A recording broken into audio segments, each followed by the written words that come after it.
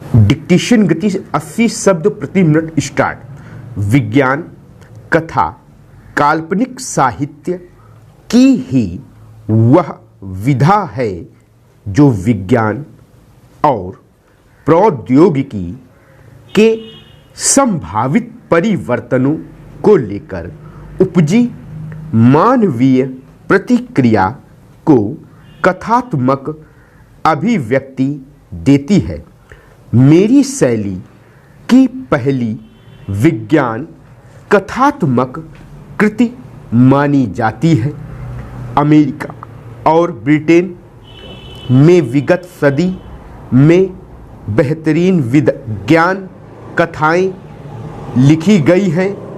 हिंदी में अय्यारी और तिलस्मी उपन्यासों के जनक देवकी नंदन खत्री जब चंद्रकांता के साथ हिंदी में प्रकट हुए तो प्रायः उसी काल में अंबिका दत्त, व्यास, विरचित आश्चर्य वृत्तांत ने भी हिंदी में विज्ञान लेखन की नई सरणी निर्मित की।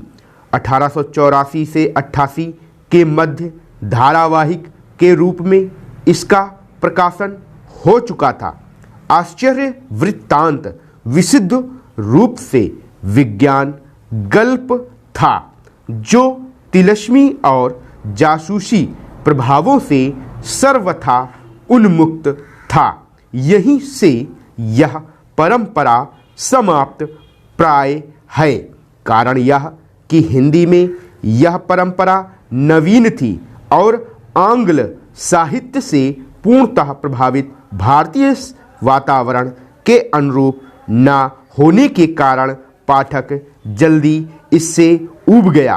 पाठकों की अरुचि ने तिलस्मी, अय्यारी और जासूसी साहित्य का अचिर में ही गर्भलोपन भी कर दिया।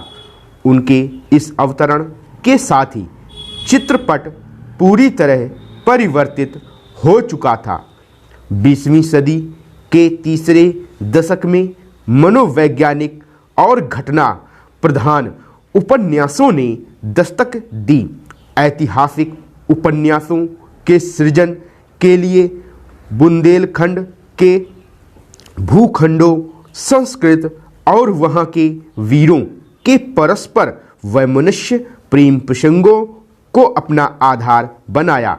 विधा का साधारण अर्थ प्रकार, किस्म, वर्ग या श्रेणी है। यह शब्द विविध प्रकार की रचनाओं को वर्ग या श्रेणी में बांटने से उस विधा के गुणधर्मों को समझने में सुविधा होती है।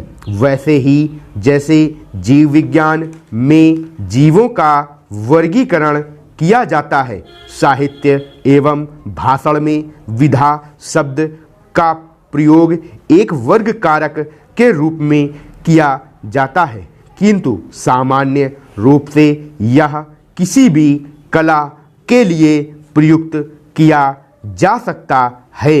विधाओं की उपविधाएं भी होती हैं। कहानी हिंदी में गद्य लेखन की एक विधा है।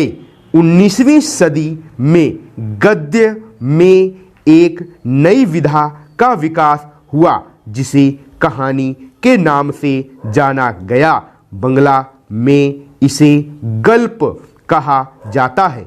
कहानी ने अंग्रेजी से हिंदी तक की यात्रा बंगला के माध्यम से की। मनुष्य के जन्म के साथ ही साथ कहानी का भी जन्म हुआ और कहना तथा सुनना मानव का आदिम स्वभाव बन गया। इसी कारण से प्रत्येक सभ्य तथा असभ्य समाज में कहानियाँ पाई जाती हैं। हमारे देश में कहानियों की बड़ी लंबी और संपन्न परंपरा रही है।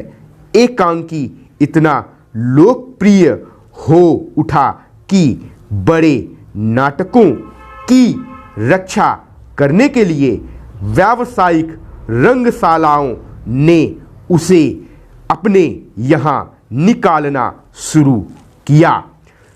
स्टॉप।